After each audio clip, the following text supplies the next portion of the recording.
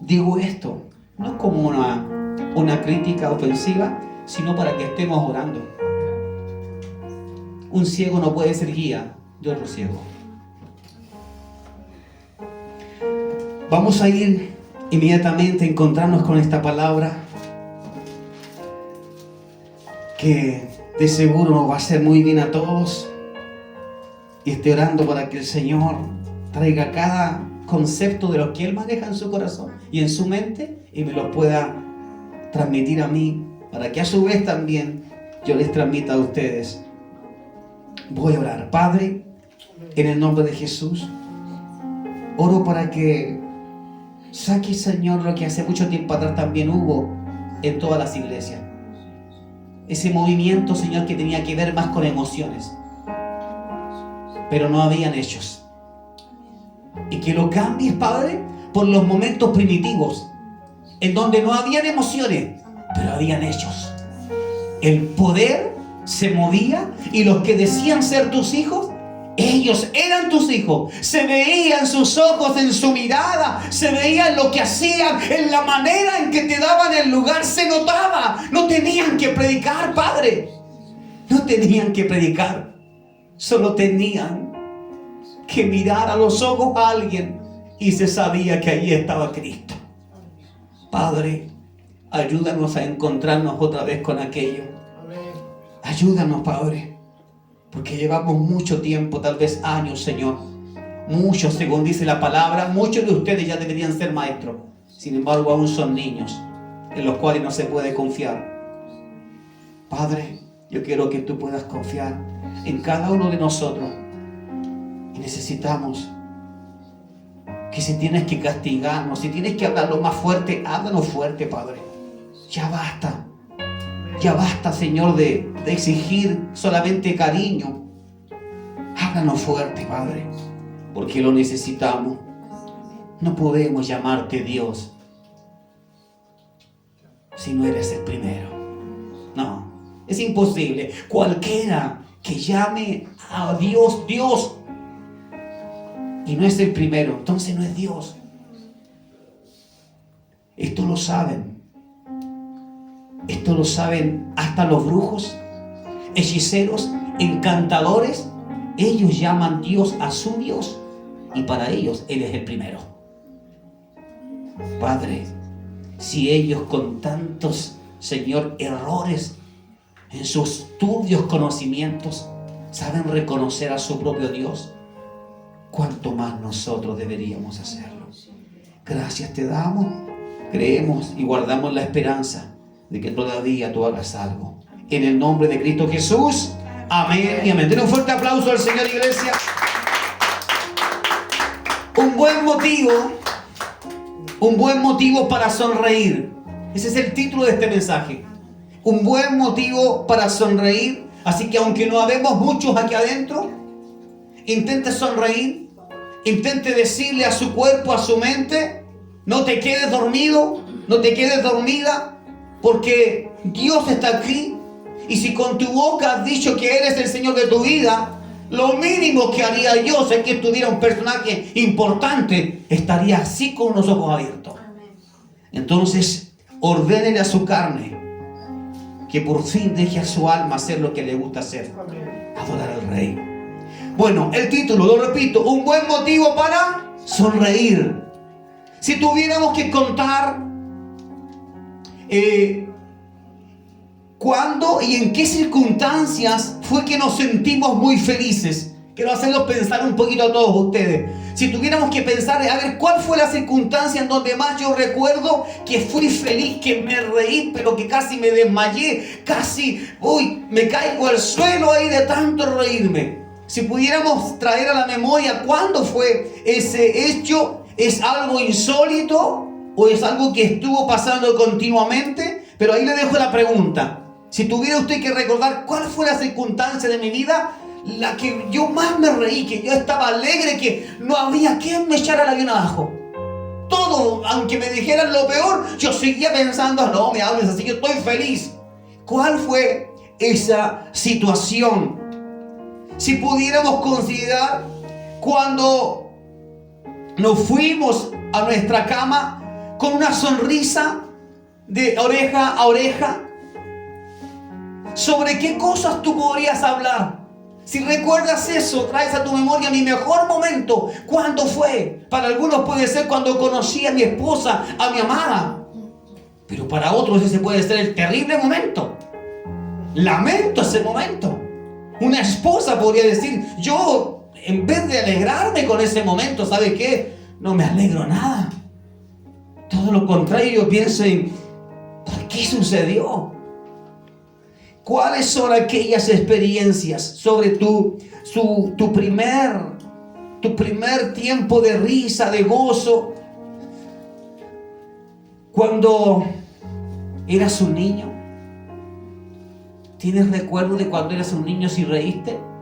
Porque en algunos de nosotros puede que la ausencia de la risa y el gozo esté, porque tampoco cuando niños vivimos muchos periodos felices. Y tal vez tuviste que sobrevivir.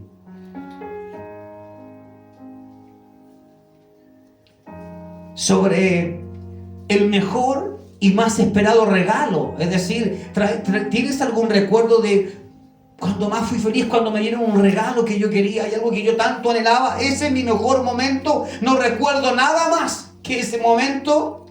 Tu primer sueldo de trabajo. ¿Quién no se puso contento cuando salió a trabajar y por fin esperó todo el mes y le pagaron? Algunos se alegraron y otros dijeron, ¿y para esto trabajar 30 días? ¿Sonreíste o lloraste con esa experiencia?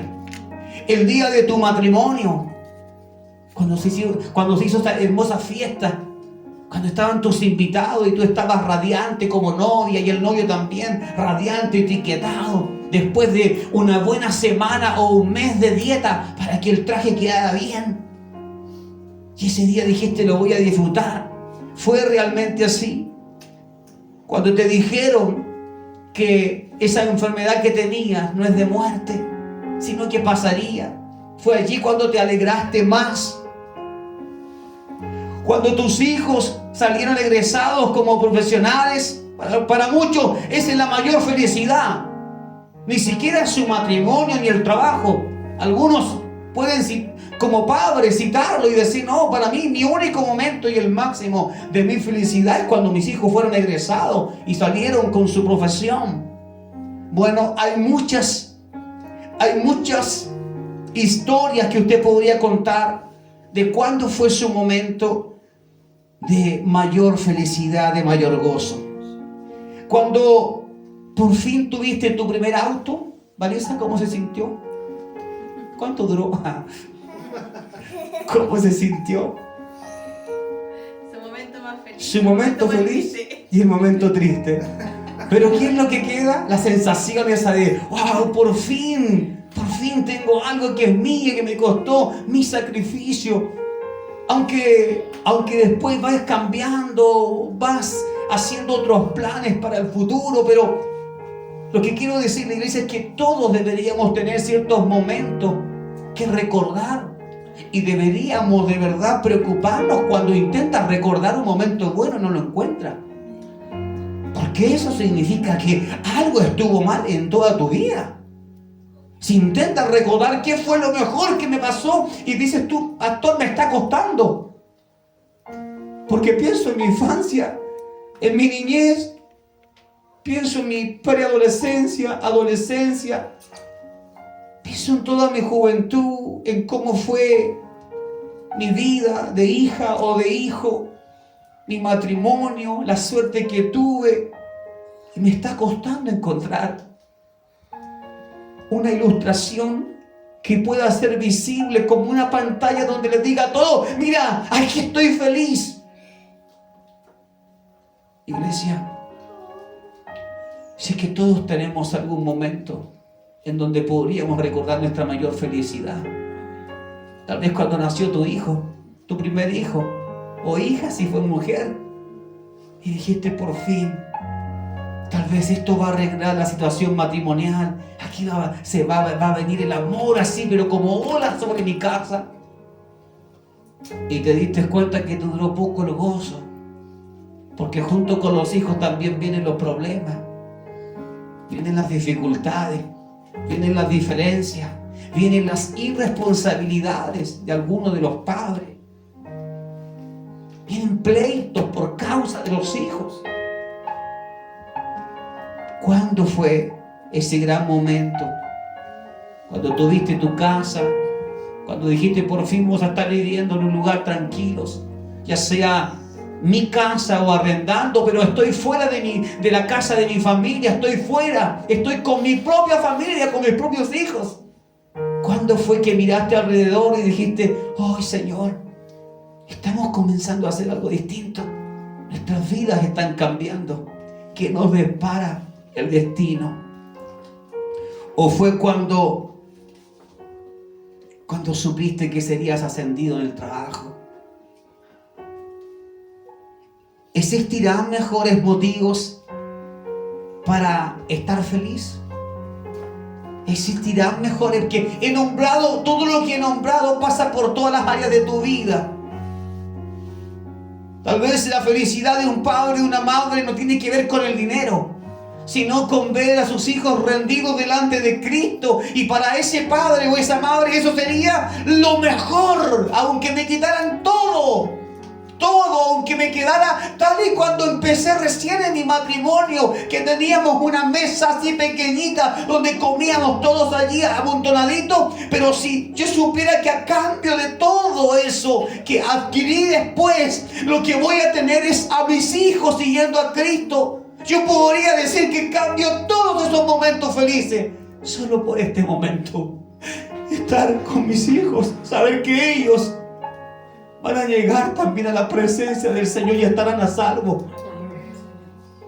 Quiero decirte que no es malo todo lo que he nombrado y los motivos de felicidad, pero sí quiero enseñarles de que hay algo que es mucho más importante, y es que nuestros seres queridos y aquellas personas que están lejos de Dios pero que son hijos y que hay que ir a buscarlos, que ellos vuelvan a la casa del Padre. Eso sí es un buen motivo para celebrar. Iglesia, hay tiempo para todo, por supuesto que sí, pero muchas veces a los padres nos pasa que sentimos que se están avanzando los años y todavía nuestros hijos no vienen. A veces nos da un poco de miedo, o sentimos que están como acercándose, pero de pronto como que dan 3 pasos para adelante y luego dan como 10 para atrás. Y el padre y la madre sufre porque ya se estaba comenzando a ilusionar con que algo hermoso pasaría con su familia. Pasa con aquellas mujeres que siguen a Cristo y que quieren que sus esposos también los sigan. También pasa con ellos. Pero la vida está llena de alegrías, pero por supuesto que también hay muchos desazones. Generalmente el ser humano, aún los creyentes, tenemos más historias negras para contar, tristes, que alegres. El libro de Eclesiastés, en el capítulo 3, si usted quiere puede leerlo conmigo, búsquelo ahí si lo tiene. Eclesiastés.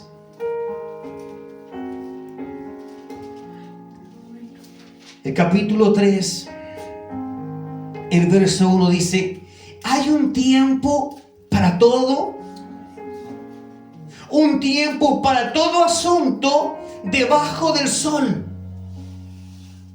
Si alguien por ahí está perdiendo la esperanza o la perdió ya, este libro dice: hay tiempo para todo. Y luego dice: un tiempo para todo asunto debajo del sol. ¿Sabe lo que está enseñándonos esta palabra? De que todo lo que podamos alcanzar, lo que podamos lograr, debemos entender de que hay que lograrlo mientras el día perdura. ¿Por qué? Porque la noche mayormente es para dormir.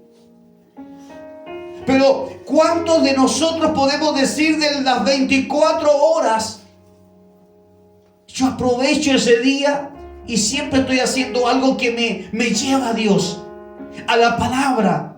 que me lleva a tener un tiempo con Él allí en mi habitación y conversar. ¿Cuánto podemos decir que de ese tiempo que está bajo el sol, yo he podido hablarle a alguien, predicarle a alguien? Porque ese tiempo que hay para todo, dice que está durante el sol. Tiempo, dice, de nacer, el verso 2, y tiempo de morir. Tiempo de plantar, la buena palabra, la semilla, ¿cierto? Y tiempo de arrancar lo plantado.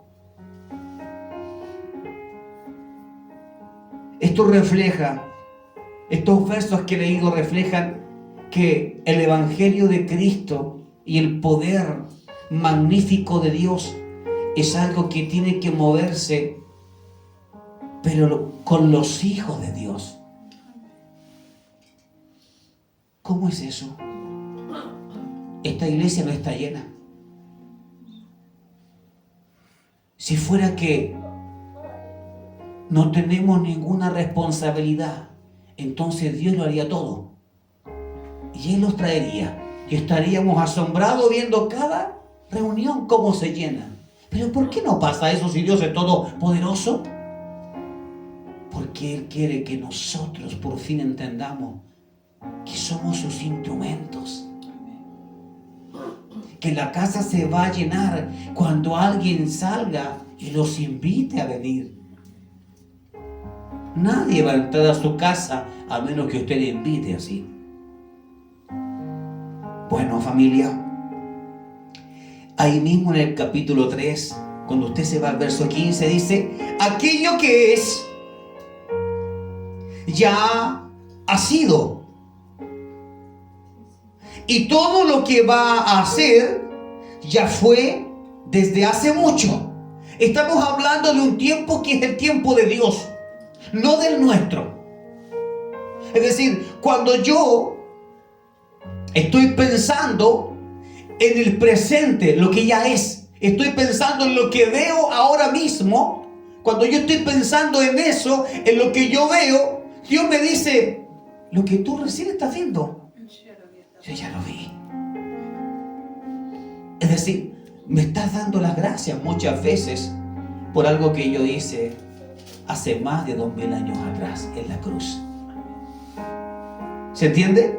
Eso es cuando hablamos de un presente. Por decir, lo que ya es el presente. Y luego añade y dice: y lo que ya ha sido y todo lo que va a ser, ya fue. Está diciendo que incluso el futuro de mañana y de un mes más, para Dios, ya fue.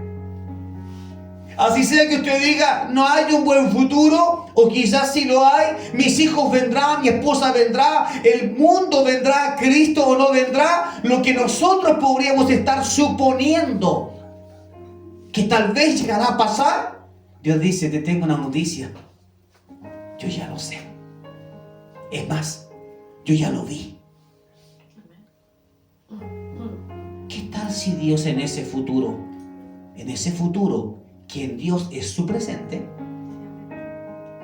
es su infinito, qué tal si en ese futuro Dios ya te vio fuera? Que nunca lograste amarlo como Él te lo dijo por años y años y años. No nos gusta imaginar ciertas cosas, pero te aseguro que Dios no tiene que imaginarla. Él ya la vio. Esta palabra para nada busca bajar nuestro impulso a buscar más de Él, sino al contrario. Esta palabra quiere provocarnos a que, ¿qué estás haciendo mientras dura el sol? ¿En qué se nos va el día? ¿En qué se nos va el día? ¿Has sacado la cuenta en qué se te va el día? ¿En qué se me va el día? Veamos, iglesia. Tanto el presente como el futuro que esperamos para Dios ya existió. Él buscará y salvará a los suyos. Eso es lo que dice el verso 15. Ya fue desde hace mucho. Dios buscará, dice, al perseguido que ha sido desterrado. Dios buscará a esa persona. Pero ¿quiénes son los instrumentos que Dios usó en el pasado? ¿Acaso no fueron profetas? Hombres que iban y anunciaban el testimonio de Dios soberano. ¿Acaso en el tiempo de Cristo no fue Cristo mismo? ¿Acaso después de Cristo no fueron sus discípulos? Siempre instrumentos. Siempre fue así. Y lo seguirá siendo. Aún en este tiempo. El libro de Juan, capítulo 9, dice así. Capítulo 9, verso 4. Me es necesario hacer las obras del que me envió mientras es de día. Es de Jesús.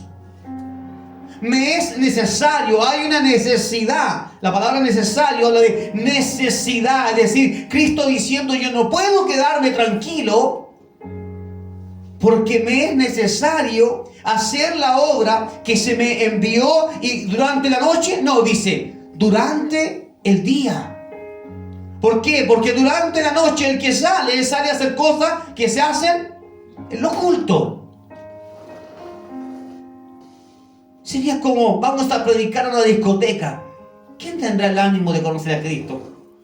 Vamos a una salsoteca, nos ponemos afuera a entregar el tratado. ¿Quién tendrá el ánimo de ir con la idea de bailar? Ahora estar escuchando a un predicador, a una predicadora. Es más, hay mucho más riesgo en que algunos de los que van a entregar el mensaje se queden fuera. Porque el enemigo se encargará de mostrarle: este es tu mundo. ¿Por qué ahora lo desechas? ¿Por qué ahora estás en mi contra? El enemigo hablando: ¿por qué estás en mi contra? ¿Acaso no sabes que tú también disfrutabas de todo esto? Y tengo muchos casos verídicos de personas que dijeron: es que hay que predicar el evangelio y hay que hacerlo en esos lugares. No volvieron nunca más a su iglesia. Por eso Jesús, entendiendo de que pueden haber excepciones, seguramente las puede haber, pero hombres y mujeres llenos del Señor. Esa es la diferencia. Esa es la excepción. Para esos casos, esa es la excepción. Llenos del Señor. Los que no están llenos del Señor no pueden arriesgar tanto para ir a un lugar como ese. Ahora, Jesús está diciendo: lo mejor que les puedo recomendar es que hagamos esto y hagámoslo de día. Porque el que sale a hacer lo malo sale de noche. Veamos, iglesia. Dice: viene la noche cuando ninguno puede trabajar. Y Cristo no está hablando del trabajo físico que cualquiera puede hacerlo en turnos de noche, no. Está hablando de sembrar. ¿El sembrador siembra de noche? No. Espera a la mañana temprana, cuando la tierra, ¿cierto?, está allí fresquita.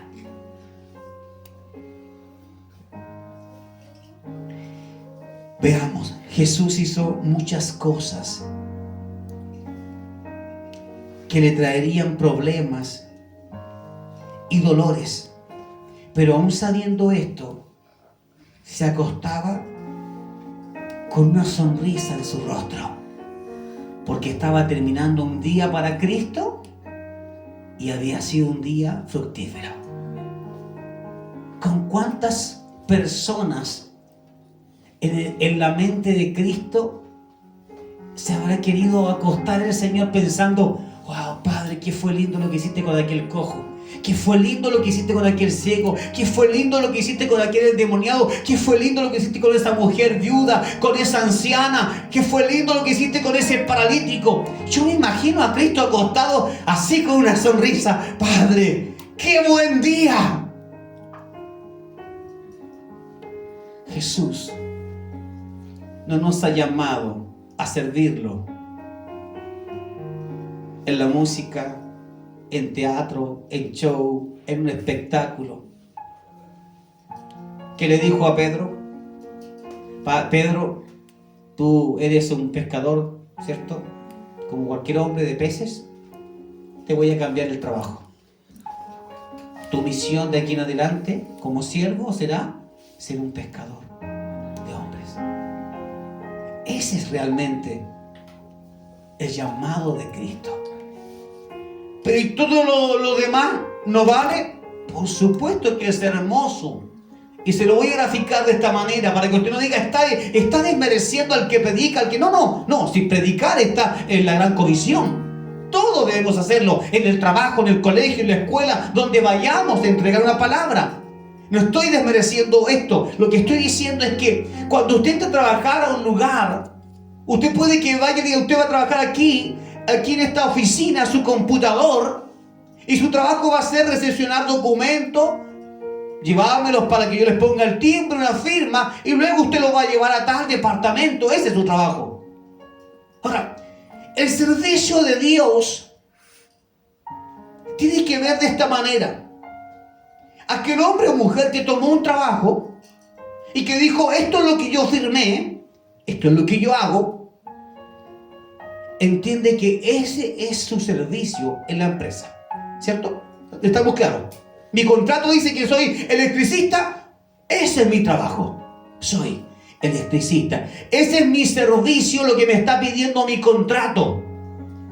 Ahora, ¿qué sucede si a ese hombre o mujer que trabaja en un escritorio pasa el dueño de la empresa y le dice, hey, hola, ¿cómo está? Buenos días. Disculpe, ¿usted me podría servir un café? No tomé café en casa. ¿Qué le va a decir ese trabajador? A ver, momentito, ese no es mi trabajo. Mi contrato dice que yo estoy para esto y esto. Es verdad, puede decirlo. Sin embargo, toma la decisión de ir a hacer el café. Y con una sonrisa en su rostro, se lo entrega a su jefe. Y le dice, ahí está el café. Pruebe si está bien descargado de azúcar, así muy amable. Te aseguro que ese jefe mirará a ese trabajador y dirá, creo que esta es una buena contratación. ¿Por qué? Porque aunque te he contratado para esto, tú estás haciendo un poco más de algo que ni siquiera está en tu contrato. Pero lo estás haciendo ¿por qué? Porque te gusta el lugar donde estás trabajando.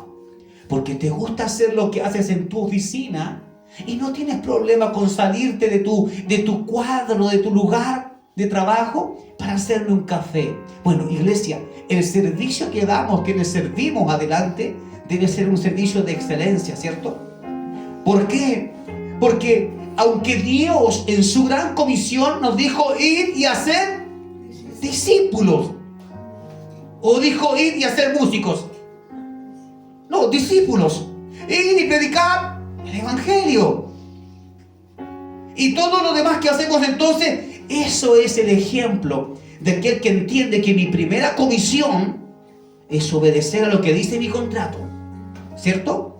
Y lo segundo, servir el café, es algo que yo hago por amor, algo que yo hago porque me gusta. Es decir, esa persona puede decir, me gusta mi trabajo aquí en la oficina y lo que yo hago, me pagan bien, estoy contento, pero también me gusta llevarle un cafecito al jefe, que se sienta contento él. De verdad, esas cosas pueden cambiar toda una perspectiva de qué es lo que es ser cristiano. Porque a veces podemos pensar que ser cristiano este es el servicio, y aquí adentro de la iglesia, no afuera. Y no, nuestro servicio está en predicar el mensaje aquí y afuera. Y si tengo que tocar un instrumento, amén, tócalo, como aquel que sirvió el café de buena manera, alegre. No es para lo que fue llamado, pero quiso hacerlo. Todo lo que hacemos extra para el Señor, hasta hacer el aseo aquí en la iglesia, hasta el detalle más mínimo que ocurra dentro de una iglesia, no podemos pensar, este es mi servicio a Dios, porque Dios va a decir, no, a momentito, ese no es el servicio. Yo llamé para que ustedes predicaran, que lo que de gracia recibieron, ustedes también por gracia lo entreguen. ¿Y a quiénes? a tus vecinos, a tu familia, a tus hijos, a tus hijas, a tu esposa, a tu esposo, a tus compañeros de trabajo. Esa es la gran comisión. Y lo que hacemos para el Señor aparte, y estar en la música, ir en las perillas, y estar pasando las canciones, no es un servicio, porque no fuiste llamado para eso. Fuiste llamado para predicar. ¿Y por qué entonces lo hago? Por amor. Porque no te provoca un cortocircuito. Es decir, no lo ves como tu ministerio. Entiendes que tu ministerio está en soltar la palabra a muchos otros. ¿Se entiende, iglesia? El servicio que le damos a Dios, el que hacemos en la iglesia, es por amor y porque nos agrade, porque no hay un pago. Pero lo que realmente es una obligación es lo que Jesús dijo: os doy un mandamiento, que se amen unos a otros.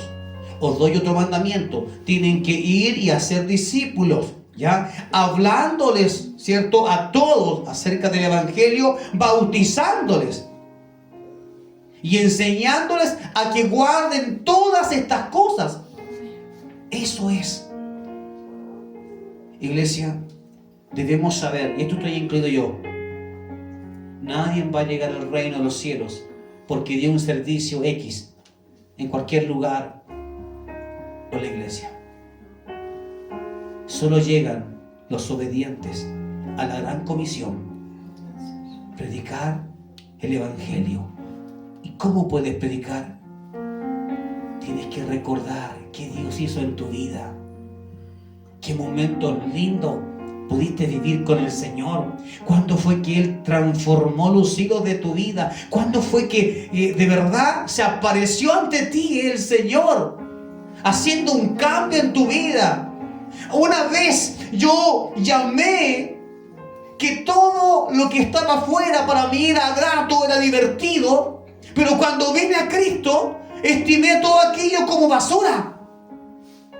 Entonces descubrí que mi testimonio iba a ser ese: contarles de la inmundicia que Dios me había sacado. Y si ustedes se dan cuenta, cuando predicamos afuera, yo predico de eso, de lo que Dios hizo. No puedo predicar de algo que yo no entiendo, que no he vivido, porque de gracia recibí y de gracia quiero dar. Ahora, ¿esta será la misión solamente para el pastor? ¿Será que solo el pastor ha sido bendecido por Dios? ¿Será que solamente al pastor, a la pastora, a la familia pastor, será que solamente a ellos les dieron el reino de los cielos? ¿Les ofrecieron esto? No. Esto es para todo aquel que ha recibido a Jesucristo y que ahora quiere ser parte de ese ministerio. Jesús, con todo aquel que se tocó, dejó marcas profundas y se volvieron fieles seguidores de Él. Por lo tanto, no queramos ocupar nuestro tiempo haciendo otras cosas para evadir la comisión que tenemos. Es fácil llenarnos de trabajo y de muchos afanes y decir después: es que no me da el tiempo. Pero Dios descubre muy rápido cuando nos estamos sobrecargando nosotros mismos para que no nos quede tiempo de hacer lo que Él nos mandó a hacer. Parece astucia, parece hasta que funciona, pero delante de los ojos de Dios eso no funciona. Tal vez en nuestra pequeña mente sí, pero delante de Dios no. Jesús hizo esto, que su llamado se volviera tan potente entre muchas multitudes de personas. La pregunta es, y está allí en Romanos 10, verso 14. Romanos 10, verso 14.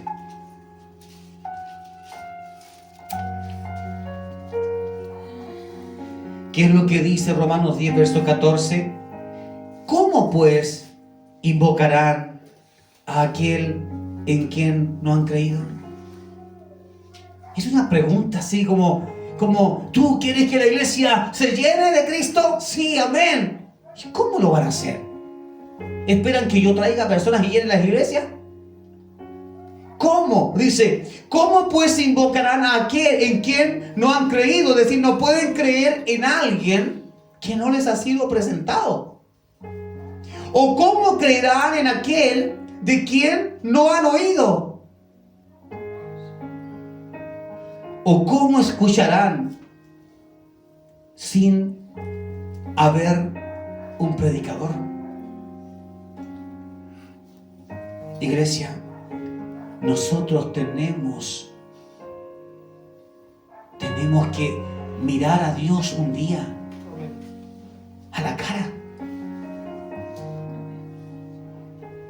Y allí no vale que eras un buen orador. Es que oraba mucho. Es que ayunaba mucho. Era bueno para el ayuno. Me sacrificaba la guatita yo. Sí, no.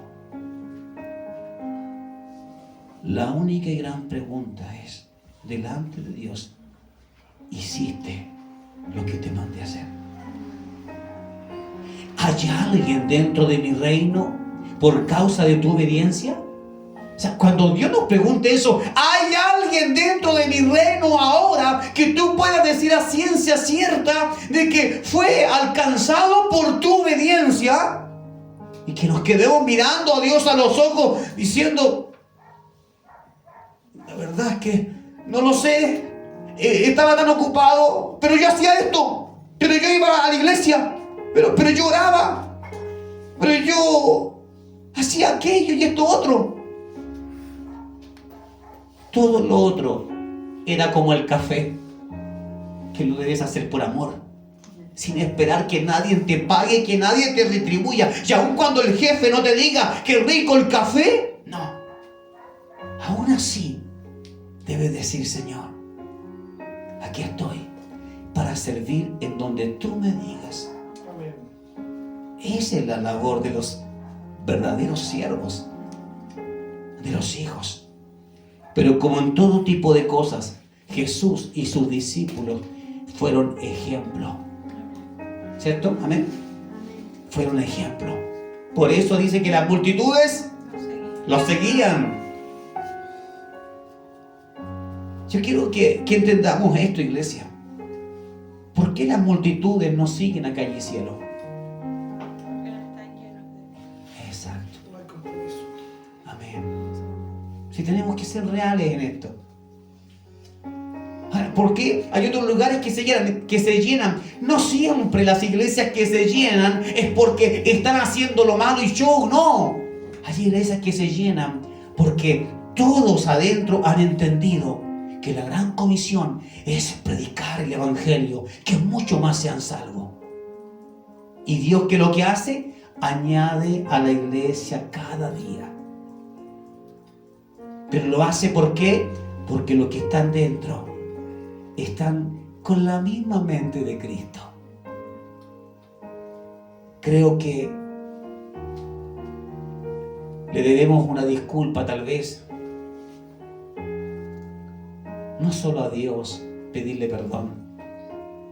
¿Sabe lo que le voy a decir?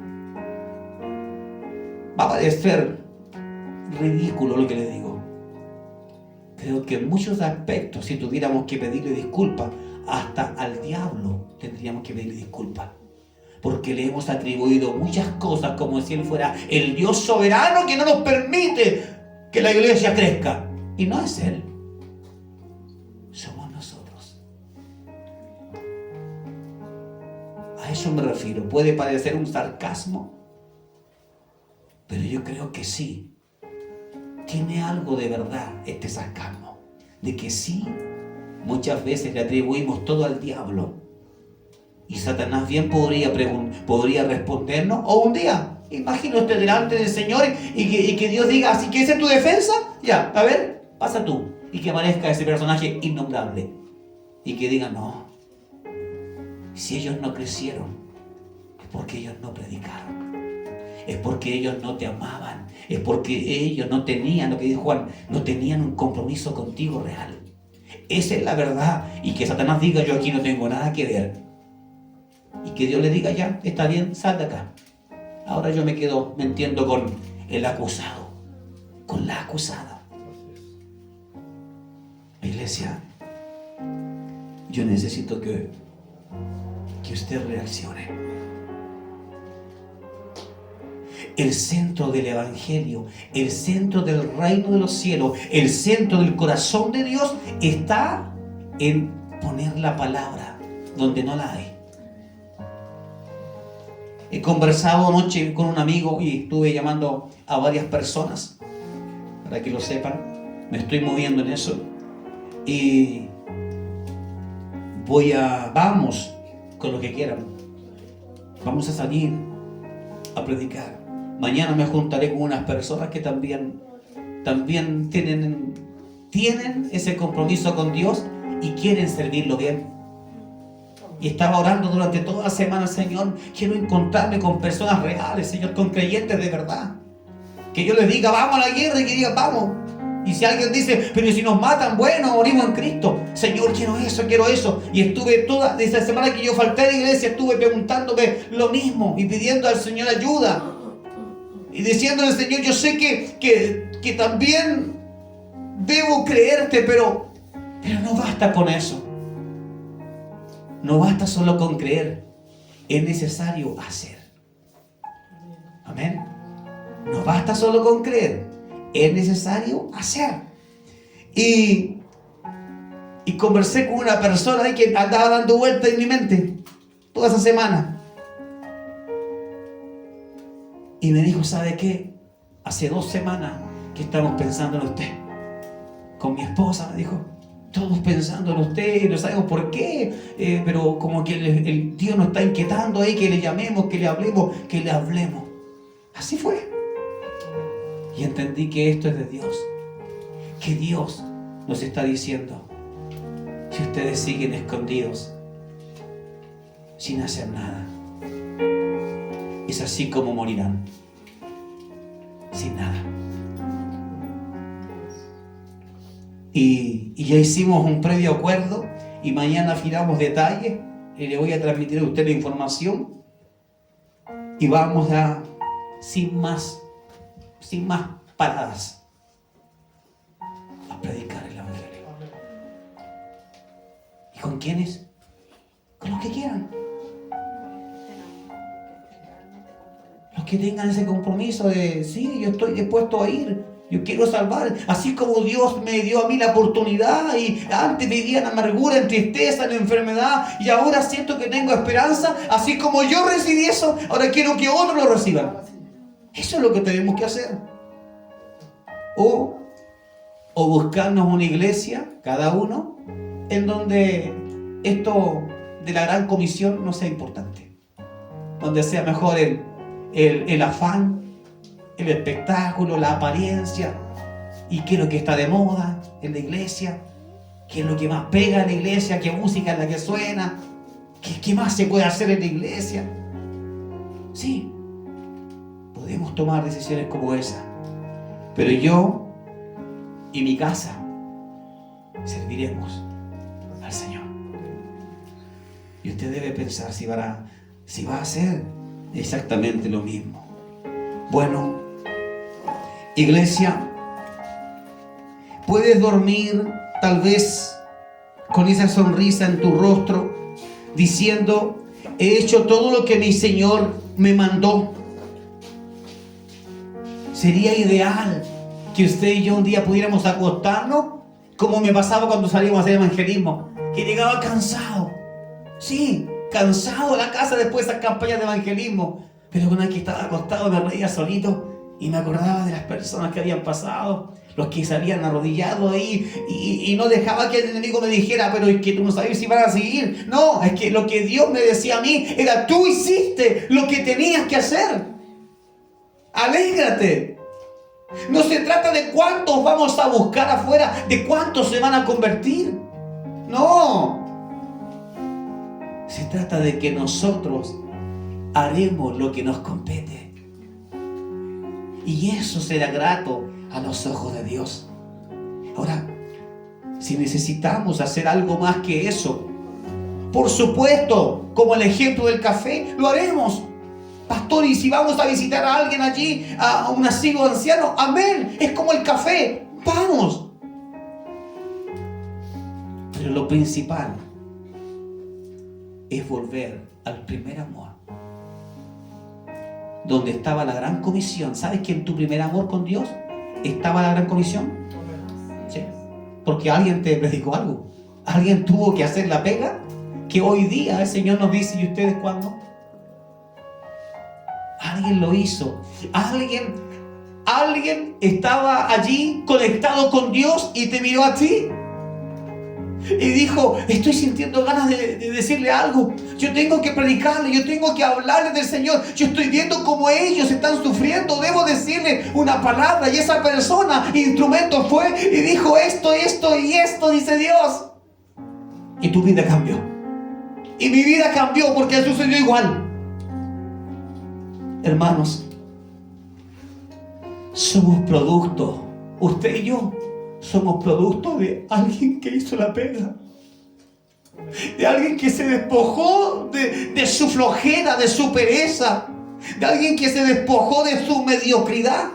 Somos producto de ese alguien que se despojó de eso para tomarse de la palabra y decir: yo voy a ir a dar de lo mismo que recibí. Recibí gracia y ahora voy a entregar gracia. ¿Sabes? Si hay algo que tienes que guardar en tu mente y con eso alegrarte siempre, recuerda quién te predicó. Aunque esa persona ni siquiera esté quizás en el evangelio, a lo mejor se apartó, pero sonríe cuando recuerdes eso. Y por ahí, tal vez un llamado de teléfono: yo soy tal persona. Dios a ti te usó como un instrumento para hablarme de salvación. Y ahora estoy en Cristo y lo amo. Y no sé si tú sigues en Cristo o no, pero quiero decirte que el remedio que tú me ofreciste funcionó. Y si tú dejaste de tomarlo, quiero animarte a que también lo tomes, como lo hiciste conmigo. Vuelve a tomar ese remedio, porque tu trabajo fue efectivo. He aquí un instrumento. Todavía persiste en las cosas del Señor, porque tú fuiste obediente.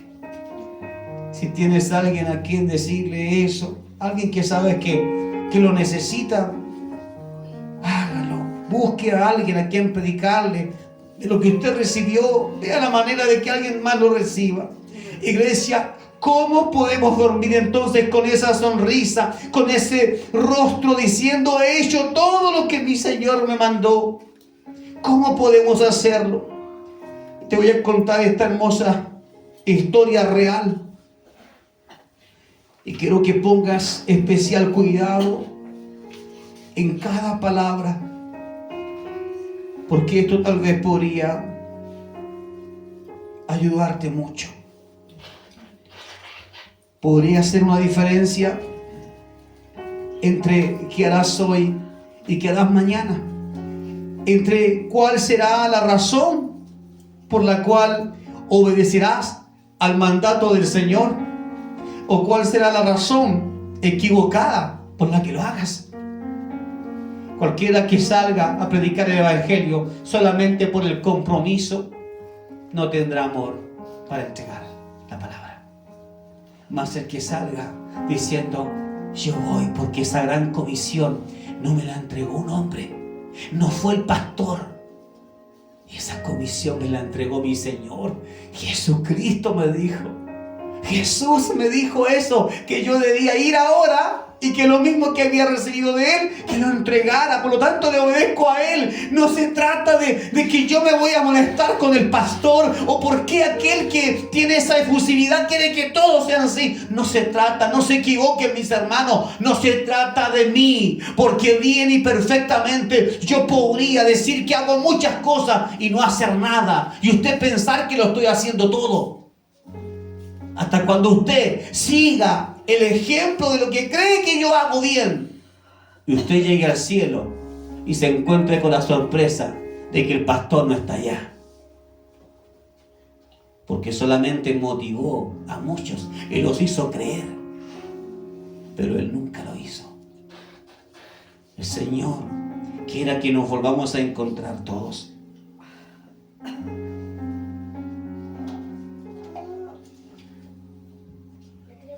Vamos a leer esta historia. Esto sucedió en Europa Oriental y le pasó a un famoso evangelista. Un buen motivo para sonreír es el título. No lo pierda de vista, por favor.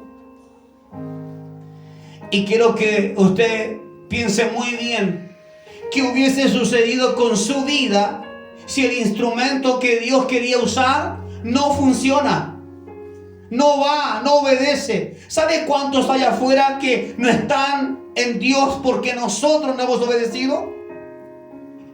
Millones están fuera porque nosotros no hemos obedecido. Y no pensemos que todo es campaña de evangelismo, porque puedes predicar de cualquier forma allá. Puedes acercarte a alguien, al trabajo, donde sea que veas a alguien que está con cara triste, con pena, con dolor, y puedes predicar. No se trata solamente de campañas, porque el día que se acaban las campañas por el mal tiempo, entonces ahí quedó la gran comisión. Hasta ahí llegó. ¿No es eso lo que nos ha pasado? Dígame la verdad, ¿no es eso lo que nos ha pasado? Sí. Funcionamos por temporada, como si fuéramos de azúcar. Nos derretimos con el agua. El invierno es que nos podemos enfermar. Mientras nuestros hermanos en el pasado pasaron meses y años en los calabozos llenos de agua, humedad, conviviendo con ratones, conviviendo con piojos. Y desde la cárcel seguían predicando a los otros reos. Mis hermanos, hay que sacar lo que nos han metido en la mente, que el evangelio se trata de campañas. Hay que quitarlo. Hubo un adolescente, hubo un hombre, quizás como muchos se han acercado a usted o a mí, y nosotros no le hemos hablado. No hemos sido capaces de soltar una palabra de fe, de poder, independiente de cuál es su edad, pero de seguro que alguien se acercó a usted. Y no siempre hicimos el trabajo. Este adolescente tuvo un gesto, pero nunca regresó. El famoso evangelista habló tras los barrotes de la prisión. Mira, un hombre que estaba preso y allí estaba predicando. Un poderoso predicador conocido a través de Europa Oriental decía que no lograba encontrar la paz. Este hombre había guiado a miles de personas a Cristo, así que los demás prisioneros cristianos no comprendían su sentimiento de fracaso. Es decir, alguien le preguntaba: ¿cómo es posible que estés triste, que te veas así como fracasado, si nosotros hemos sabido de tu historia, de cuántas veces predicaste y gente se convirtió y fue a Cristo? Como si usted dijese: pastor, ¿sabe que estoy predicando? Le he predicado a 100 personas, pero siento un espíritu de fracaso sobre mí. Y yo le dijera: ¿pero cómo? No diga eso, si usted le predicó a 100 personas. La respuesta que usted me dé puede que nos grafique muy bien el contenido del corazón de alguien que, aún habiendo hecho la voluntad de Dios por un momento, aún así pueda sentirse fracasado. Así que los prisioneros cristianos que habían sido evangelizados, cierto, ahí mismo, no comprendían ese sentimiento de fracaso. Y él dice: recientemente prediqué en una reunión evangelística. Explicó él: vertí mi corazón y al final 200 personas vinieron al frente para recibir a Cristo como su Salvador. Estaba muy alegre, pero también estaba exhausto, estaba cansado. Cuando me retiraba, un joven llegó a mí y me dijo: pastor, necesito hablar con usted.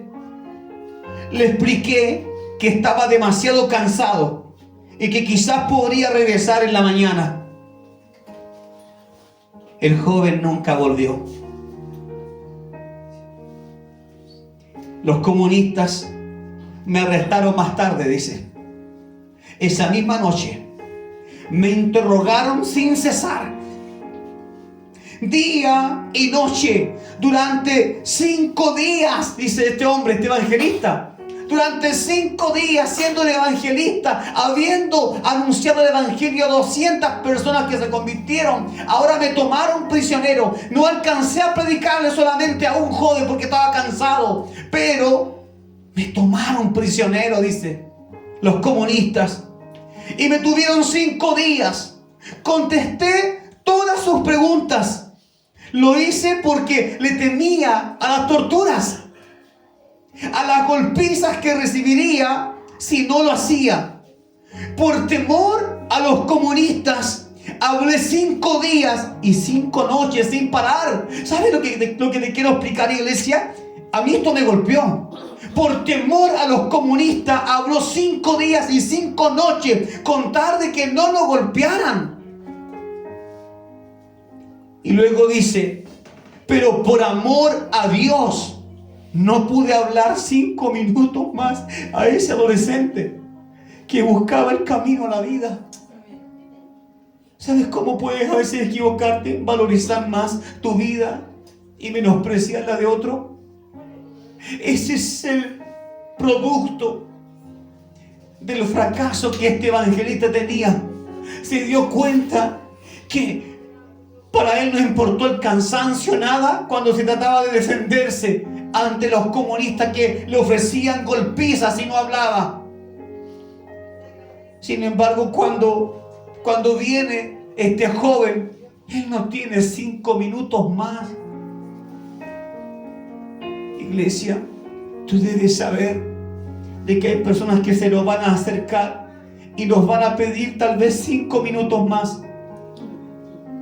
A lo mejor tú vas a estar saliendo recién de la oración, recién de la reunión, y alguien va a decir: pastor, ¿puede orar por mí? O hermana, usted que es cristiana, ¿puede darme unas palabras? Estoy pasando por esto. Y usted le va a decir: ahora no puedo. Mira, anda a la iglesia, el miércoles nos juntamos, o el domingo. Este hombre se dio cuenta que le tenía más miedo al hombre que a Dios. Tenía más temor del castigo de los hombres, de los comunistas, que estuvo 5 días y 5 noches soltando información para que no lo golpearan. Y este joven solo le había pedido 5 minutos para conocer de Cristo. Pero por amor a Dios no pude hablar 5 minutos más a ese adolescente que buscaba el camino a la vida.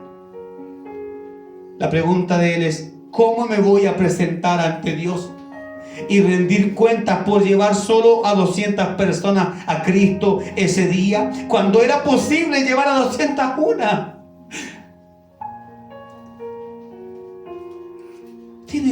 ¿Tiene certeza lo que dijo Juan en su momento de oración, de que nosotros ponemos límites? Es verdad. Pensamos que con esto es suficiente. Con orar un ratito es suficiente, con leer la palabra un rato es suficiente, con predicarle a la iglesia es suficiente. Ya tengo ganado un lugar. Y usted diga, con ir a la iglesia y estar allí el día miércoles, el domingo y viernes es suficiente. No es suficiente. Delante de los ojos de Dios te digo, el Padre tiene un lugar preparado para ti. Pero debes obedecer a lo que Él nos manda. Porque no hay lugares en el reino de los cielos para hijos de desobediencia. Y te puede molestarse o puede decir: voy a pensar en lo que el pastor predicó. Voy a pensarlo. Lo que sí le puedo decir es: no se aleje de Dios. No lo suelte. Dígale: Señor, dame fuerzas para hacer eso. Señor, si me cuesta predicar es porque mi testimonio no es bueno. Me cuesta predicar porque yo hago cosas que no debo hacer y entonces me da no sé qué hablar. Entonces díganle al Señor, transforma mi vida.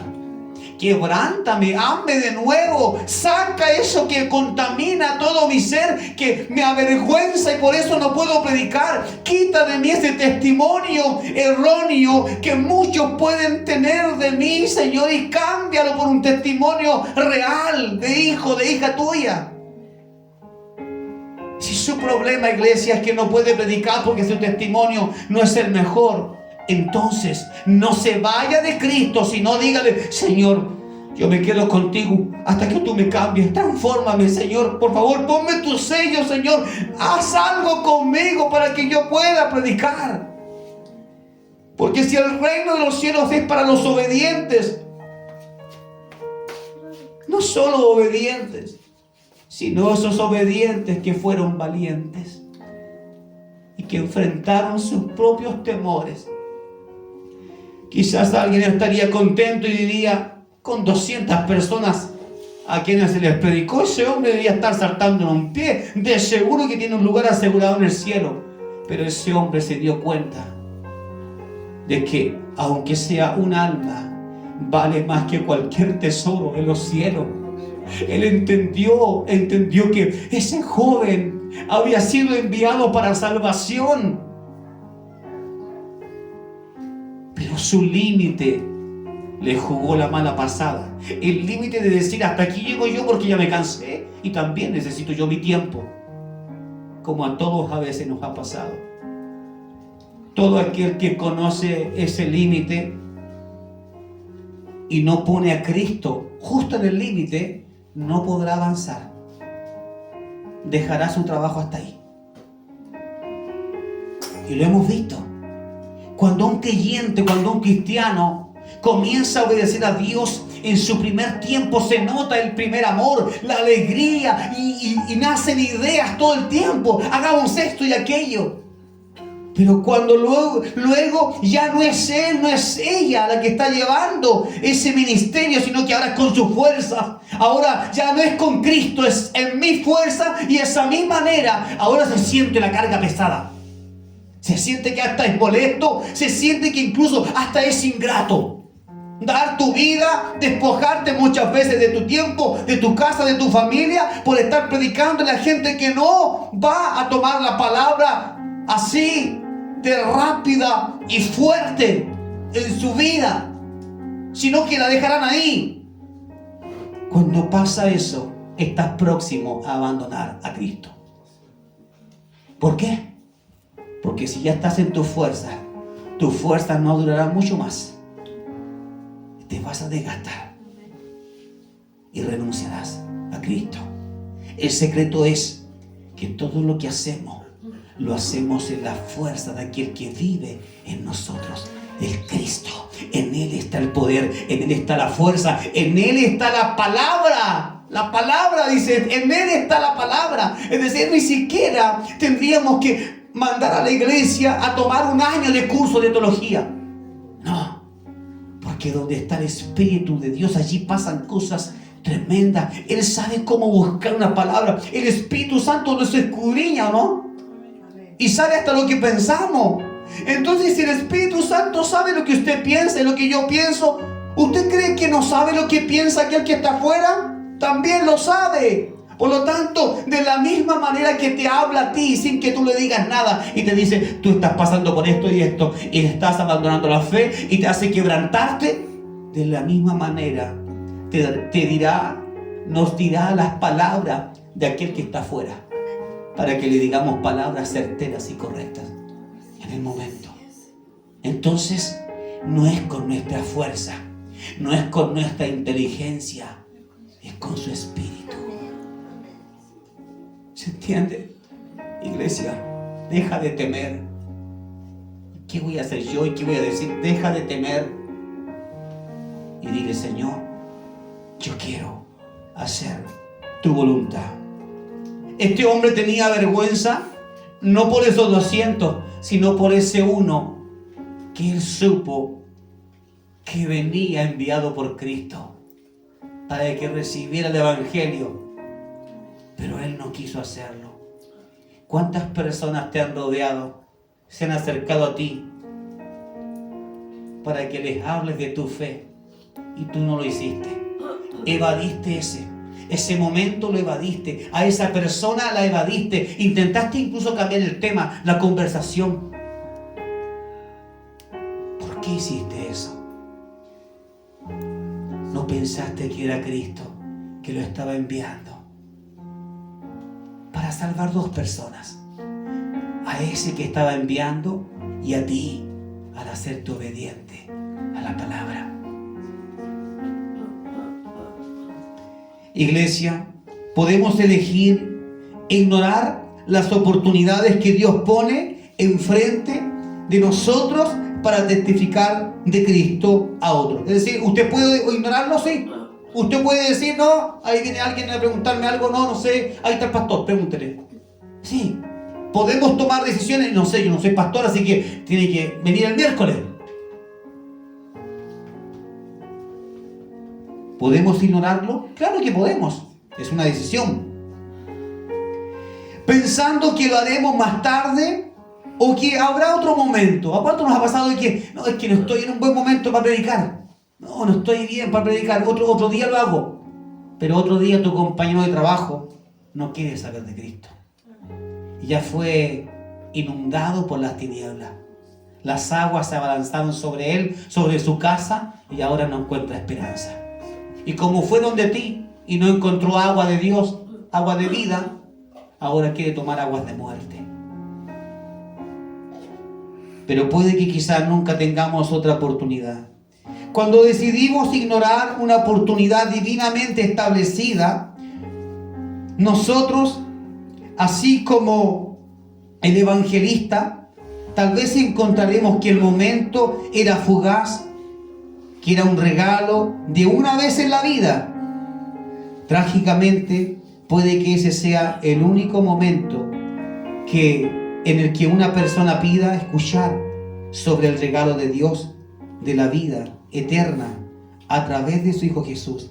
Puede que le neguemos la oportunidad a alguien y esa sea la última vez de que ese hombre o mujer intentó buscar en Dios y no estuvimos a la altura. En el cielo, Dios podría preguntarle, ¿por qué no le habló del Evangelio a alguien cuando tuvo la oportunidad de hacerlo? ¿Cómo respondería usted? Iglesia, cierra tus ojos, por favor. Un buen